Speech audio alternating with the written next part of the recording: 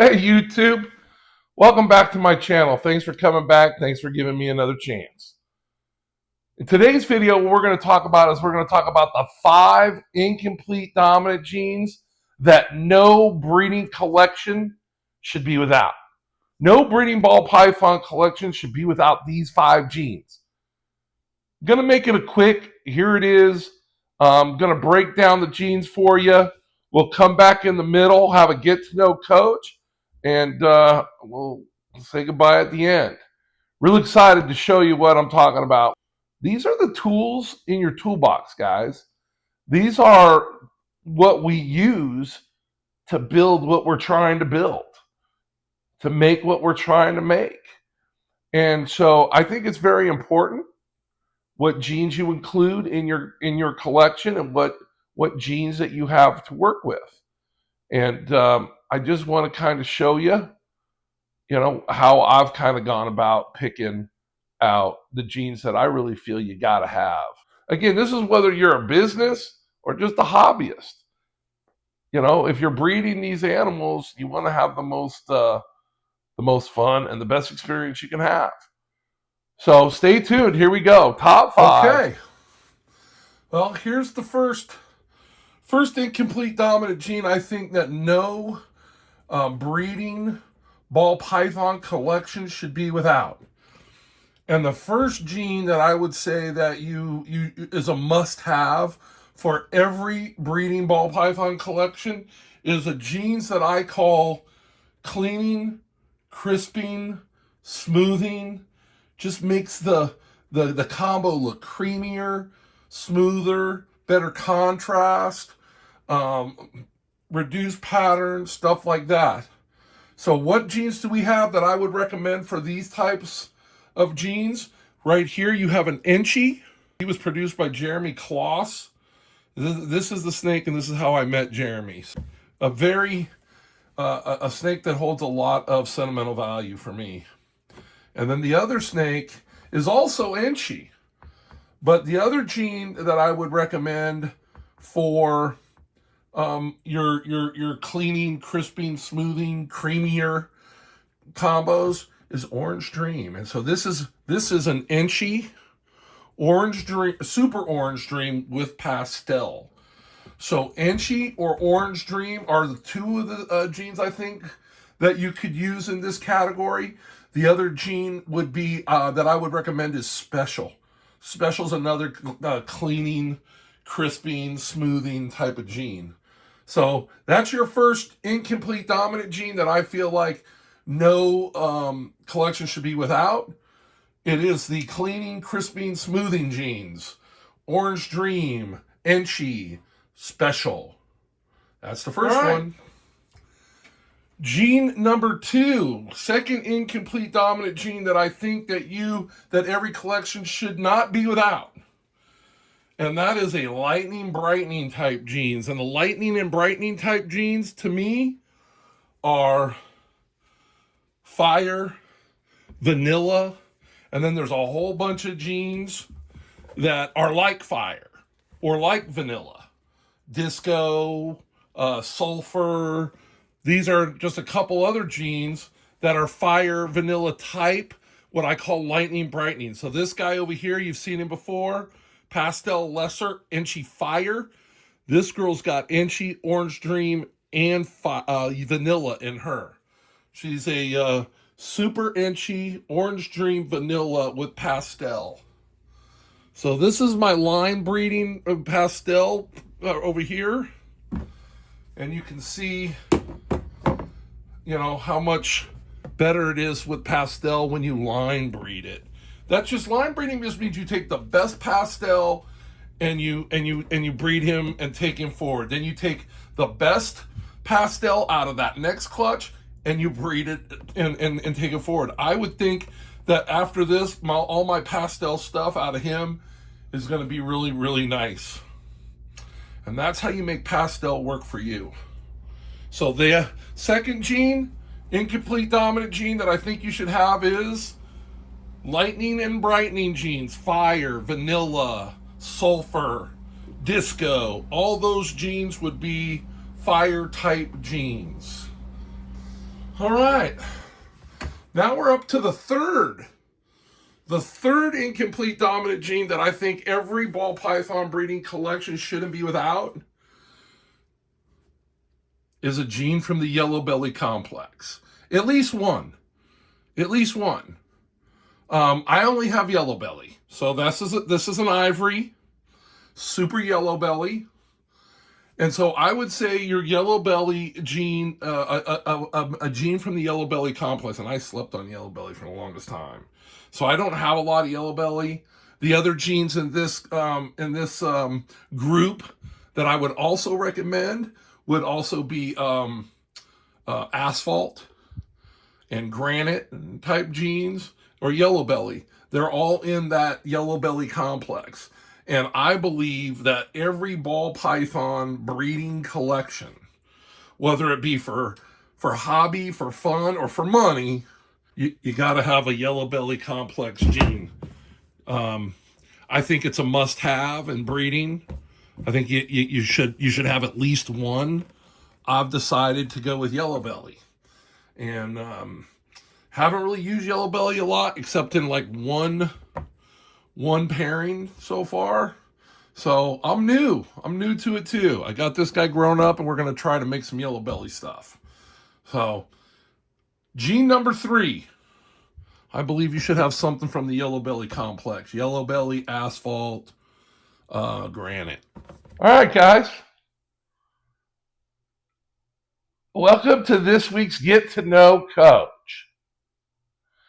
And I think you can tell by now in my video here that I'm not going to give you the top 5 incomplete dominant genes that I think you should be working with. I'm not going to ever do that. I'm always going to give you options. I'm always going to let you make the final decision. In this hobby today, there's way too many people trying to push an agenda. There's way too many people out there that are trying to push and market the projects that they enjoy doing, the projects that have maybe made them some money. So they're trying to keep the gravy train running. And all I want to say to people is be careful, man. Make your own decisions. Look at things out there and how things have performed. Look at what people are saying about different things. If there's a gene and there's a wide chasm, there's people that really like it and people that really hate it, there's a reason. There's a reason for that. Do your research. I do research on every gene that I add to my collection. I want to know what it does. I want to know what I can expect it to do with the animals that I'm going to put it into and pair it with. I just think that I want you to take away from this video that you're all along the way in this hobby, you're going to encounter people's bias, what they believe is the best.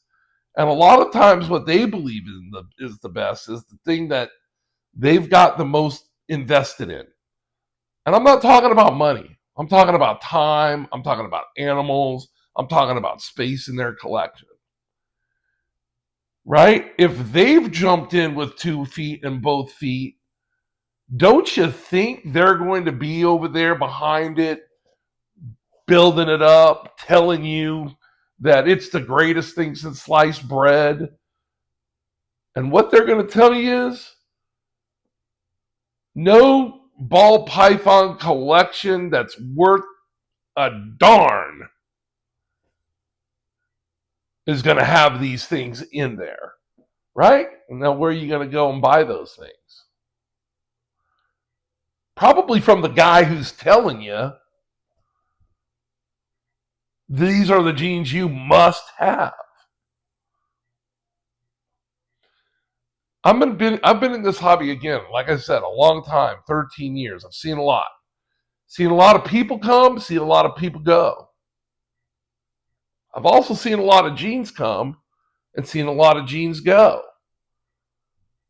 There are genes out there that maybe you should take a look at and do a little research on. Genes like a gene that was called the desert gene. If anybody would like me to do a little bit of FYI history on the desert gene, I can do that. I was around for that. Um, the whole scaleless thing. That was a great one, huh?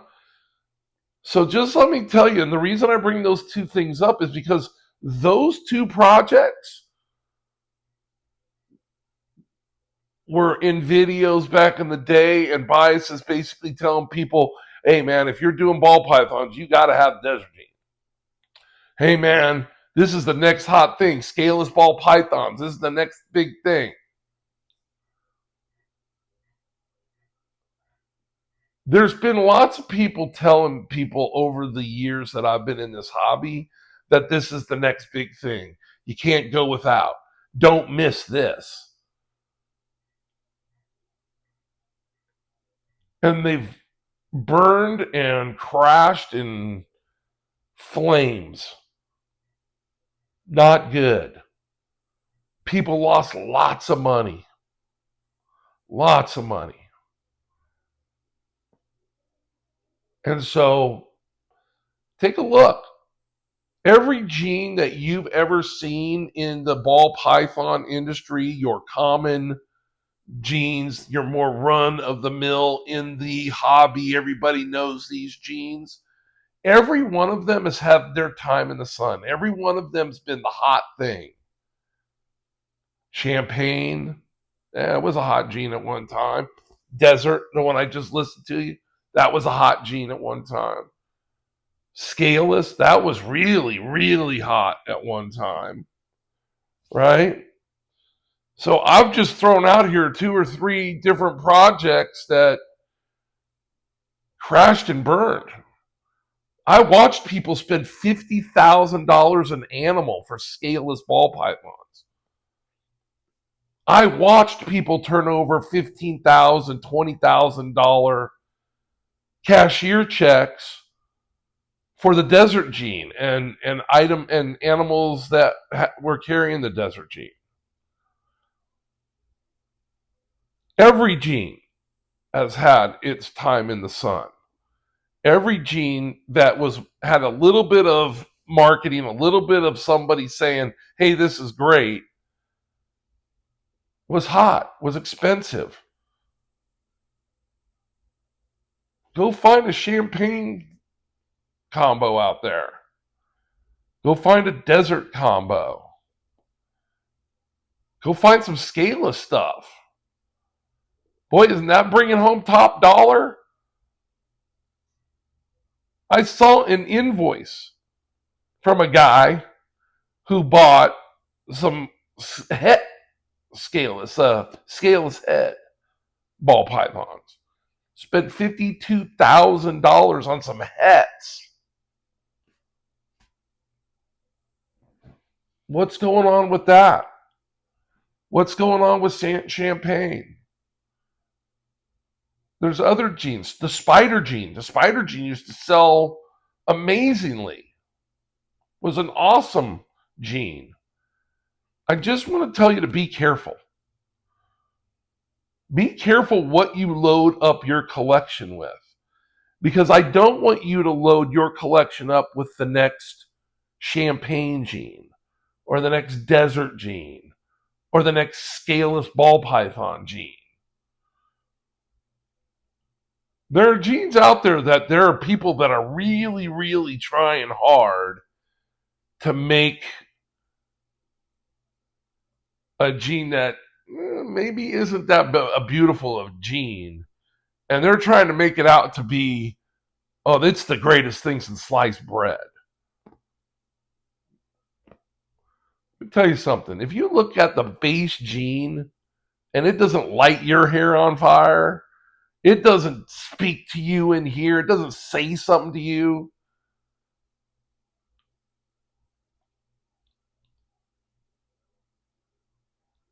I would see it for what it is. It's another tool. in the toolbox that you're able to use to make beautiful animals. There's no gene out there that can't do without. There isn't. Hell, I didn't have GHI. I didn't have yellow belly. I didn't have acid. I didn't have cypress. These are genes that I've all just added, and I still believe I've made some really beautiful animals. Be careful around people telling you it's a must-have. Be careful around people trying to sell something too hard. Right? Be careful. The nice thing about it is if you take a leap into something that you are into, that you really believe in, and you really believe that's a beautiful, beautiful gene and genetic that you can't do without, make it happen. Make it happen. I support you 110%. But if you're buying into a project or buying into a gene because somebody told you that it's a must-have and you got to get into it, be careful. Be careful. I've been alive a long time. I've been alive a lot longer than I've been in this hobby. And I'm going to tell you what, I wish I had $1 for every sure thing I watched crash and burn. Think about that. There are no sure things. And don't jump in with 2 feet into something you don't believe in and you don't see. I'm telling you, watch out. Trust your gut. If you're looking at a gene and it doesn't look like all that to you, and everybody out there is buying it up and selling it for the top dollars and promoting the hell out of it, be careful. Be cautious. Because as quickly as that gene became the hottest thing going, the bamboo gene was the hottest gene going for a while. Everybody was all about the bamboo gene. Nobody wants bamboo no more. Hardly anybody wants to work bamboo stuff. And I'm sorry if I'm poo-pooing on a gene you really like. I don't have a problem with the bamboo gene. I just think it's really hard to get it out of that color palette.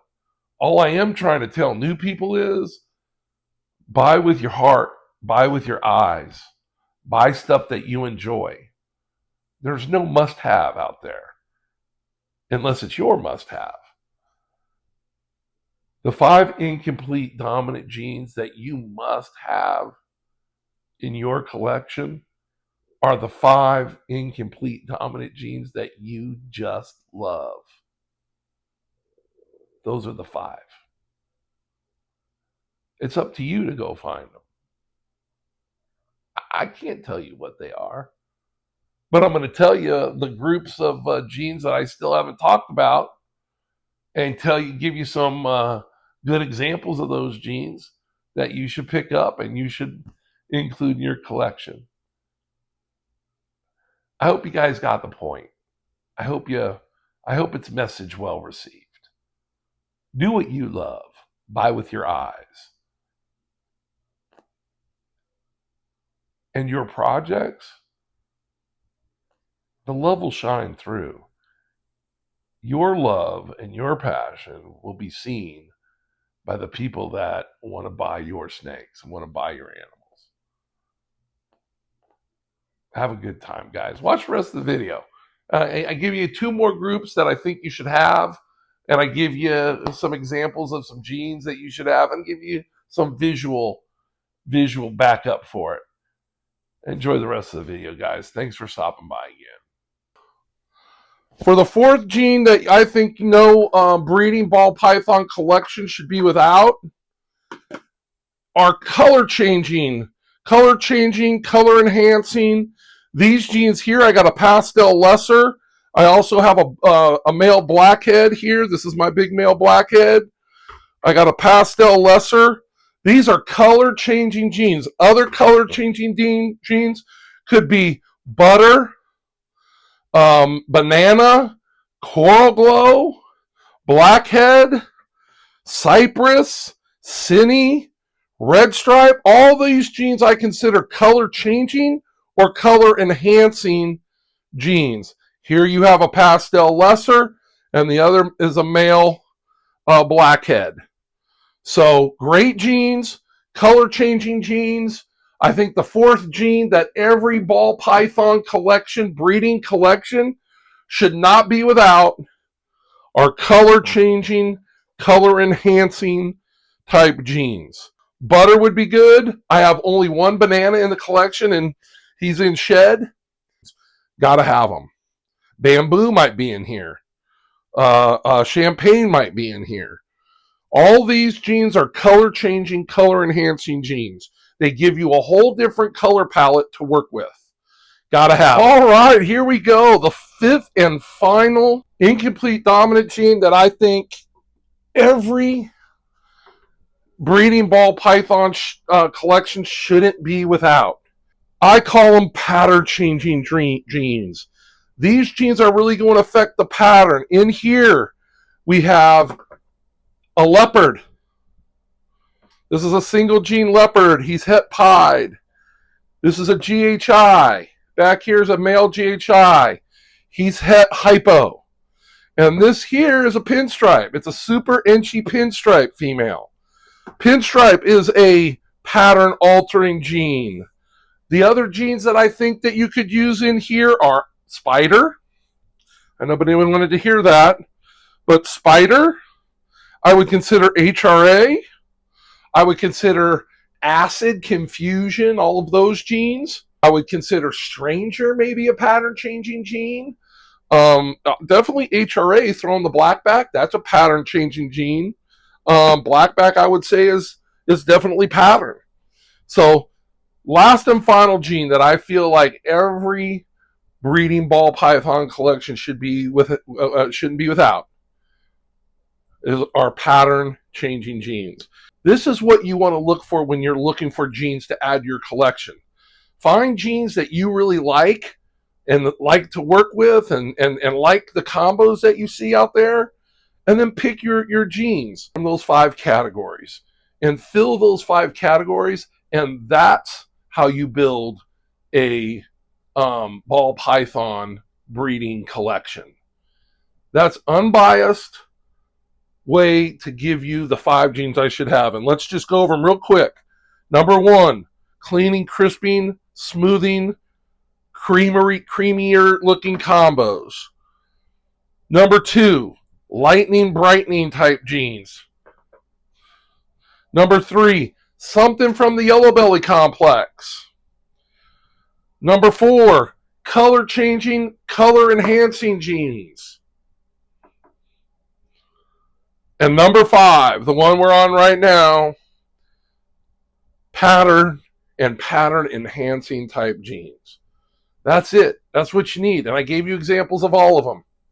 Thanks, guys. Check me out on the way out, and hopefully you have a great week. All right, so there you have it. Another video. Another week. I did it again. I'm having so much fun. Hope you enjoyed this video. I hope you get the point that I was trying to make. There's nobody in this there's nobody in this hobby, and there's nobody that's breeding ball pythons that should be able to tell you what you want to do, what you like to do. I just broke it down into different groups of genes that I see, right? And I have several genes in each one of the categories that I listed for you. I might have most of the genes that I listed there for you, as because I can't really speak to the genes that I really don't work with. So I really don't know firsthand what they do. But I'm definitely not going to try to push my bias onto you. I'm going to give you choices when I talk about things like that. I'm going to give you the end decision. And in the end, that's the only decision that matters. If you're going to do this and you're going to breed ball pythons, I think you personally should really like the animals that you're producing. I don't think we should ever be producing animals because that's what we believe is going to sell best. It doesn't seem like, that's how we should be working and breeding this animal. I again, like I said, I love these. I love the ball python. My favorite snake species, really by far. And I really enjoy the animals. And I want other people to enjoy and have fun and make this hobby whatever you want it to be, but make it be what you want it to be and do the things that you want to do. And don't let yourself be pushed to do something just because you think that's the way to make money. On your way to making money, it's a whole lot better if you enjoy it along the way. That's all I'm saying. Do what you want to do. Pick out the genes you want to pick out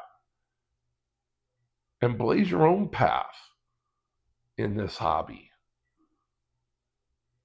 Too many of us keep walking down paths that have already been burnt and already been trampled and already been way overused. Let's have some individuals. That's when this hobby was really great. When we had creative people doing creative stuff and making beautiful animals. It didn't really matter what genes were involved. If it's a beautiful animal, it's a beautiful animal. Let's just make beautiful animals. I promise they'll sell. Have a good one, guys. I'll see you on the next video. Make sure you do what the next screen does. Simon Says type of stuff, right? Have a great time, guys. See you in the next one.